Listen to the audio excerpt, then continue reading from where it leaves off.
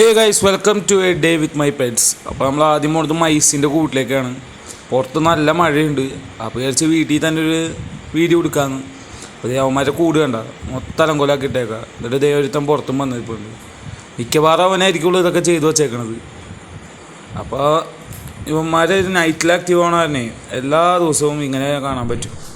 നമ്മൾ ആദ്യം കുറച്ച് ചോറൊക്കെ ഇട്ട് കൊടുക്കാം. ഇവന്മാർ ഡെയിലി ചോറ് കൊടുക്കാണ്. ചോറങ്ങനെ കഴിക്കുന്നുണ്ട്, കുഴപ്പമൊന്നുമില്ല. അപ്പോൾ ഇനി ഇത് വൃത്തിയാക്കണ പരിപാടിയും കൂടി ഉണ്ട്. ആദ്യം എന്ത് ചെയ്ത് നമ്മുടെ പാലം പോലെ വെച്ചേക്കണ സാധനമൊക്കെ വൃത്തിയാക്കാണ്. പിന്നെ വീലൊക്കെ നേരെ വെച്ച് മൊത്തം കൂടി സെറ്റാക്കിക്കൊണ്ടിരിക്കുക. ഇതേ കണ്ട മേൽക്കൂര ഓരോ വെച്ചോടത്തേക്കുന്ന സാധനമാണിത്. അതുവരെ താഴെയിട്ടേക്കാം. പിന്നെ എന്തൊക്കെയോ ചോരണ്ടി ഇട്ടിട്ടുണ്ട്. എന്തൊക്കെ കാട്ടിക്കൂട്ടിണ്ടാവും നിങ്ങൾക്ക് ഊഹിക്കാൻ. നമ്മുടെ ഗിനിപ്പന്നികളുടെ അടുത്തേക്കാണ്. അവർ കൂട്ടി ചെന്നപ്പോൾ തന്നെ ഭയങ്കര ഒച്ചപ്പാടും ബഹളമൊക്കെ തുടങ്ങി. പിന്നെ നമ്മൾ കൂടി ക്ലീൻ ചെയ്തിട്ട് ഫുഡ് കൊടുക്കാമെന്ന് വിചാരിച്ചു. അങ്ങനെ മാറ്റും പുറത്തേക്ക് എടുത്ത് തൊട്ടപ്പുറത്ത് മഴവെള്ളം ഉണ്ടായതുകൊണ്ട് അതിൽ തന്നെ കഴുകാമെന്ന് വിചാരിച്ചു. അങ്ങനെ താഴെട്ടിരുന്ന മാറ്റ് മൊത്തം കഴുകി സെറ്റാക്കി അവർ കൂടിൻ്റെ ഉള്ളിൽ വിരിക്കുകയാണ്. പിന്നെ എന്തെങ്കിലും മാറ്റ് പറഞ്ഞാൽ നിങ്ങൾക്ക് സംശയം ഉണ്ടാവും. മാറ്റ് എന്തിനാണെന്ന് വെച്ച് കഴിഞ്ഞാൽ അവർ ഈ താഴെയുള്ള നെറ്റ് കൊണ്ടിട്ട് അവർ കാല് വരുന്നുണ്ട്. ഇത് നമുക്ക് പുല്ല് പോയി പറക്കണം. പുല്ലിന് പിന്നെ ഇവിടെ വലിയ ക്ഷാമമില്ലാത്തതുകൊണ്ട് തൊട്ടപ്പുറത്തേക്ക് ഉള്ളതുകൊണ്ട് നമ്മൾ വേഗം പോയി പുല്ലൊക്കെ പറിച്ചെടുത്ത് സെറ്റാക്കണം. അങ്ങനെ നമ്മൾ പുല്ലും മഴയത്ത് കഴുകി കൊണ്ടുപോയി കൂട്ടി വെച്ച് കൊടുത്തപ്പോഴേക്കും അവന്മാർ ഓടി വന്ന്.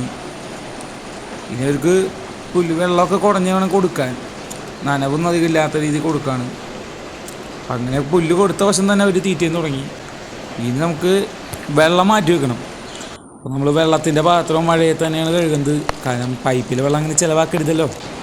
നമ്മൾ അത് മഴവെള്ളം തന്നെ വെച്ച് കൊടുക്കണം. പിന്നെ വലിയ കുഴപ്പമില്ല. പിന്നെ ഗോതമ്പ് നമ്മൾ ഡെയിലി വെച്ച് കൊടുക്കണം. കാരണം എന്ന് വെച്ച് കഴിഞ്ഞാൽ പുല്ല് തീർന്നു പോയി കഴിഞ്ഞാൽ അവർക്കത് കഴിക്കാമല്ലോ. അങ്ങനെ ഗോതമ്പും വെച്ച് സെറ്റായി. അങ്ങനെ അവരുടെ കാര്യം സെറ്റായി. ഇനി വൈകുന്നേരം നോക്കിയാൽ മതി.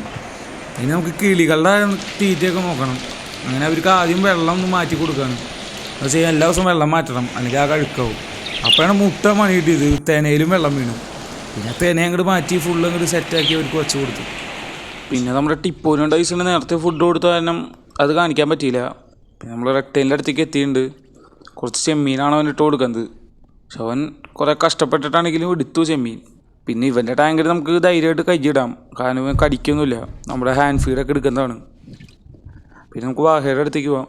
വാഹയുടെ ചെന്ന് നോക്കിയപ്പോൾ അവനവിടെ കിടപ്പുണ്ട്. പക്ഷെ ഇപ്പോൾ മര്യാദയ്ക്ക് ഫീഡൊന്നും എടുക്കണില്ല. കുറച്ച് ചെമ്മീനിട്ട് നോക്കി ഞാൻ. പക്ഷെ അവൻ ചെമ്മീനൊന്നും മര്യാദയ്ക്ക് എടുക്കണമൊന്നുമില്ല. എന്താണെന്നറിയില്ല.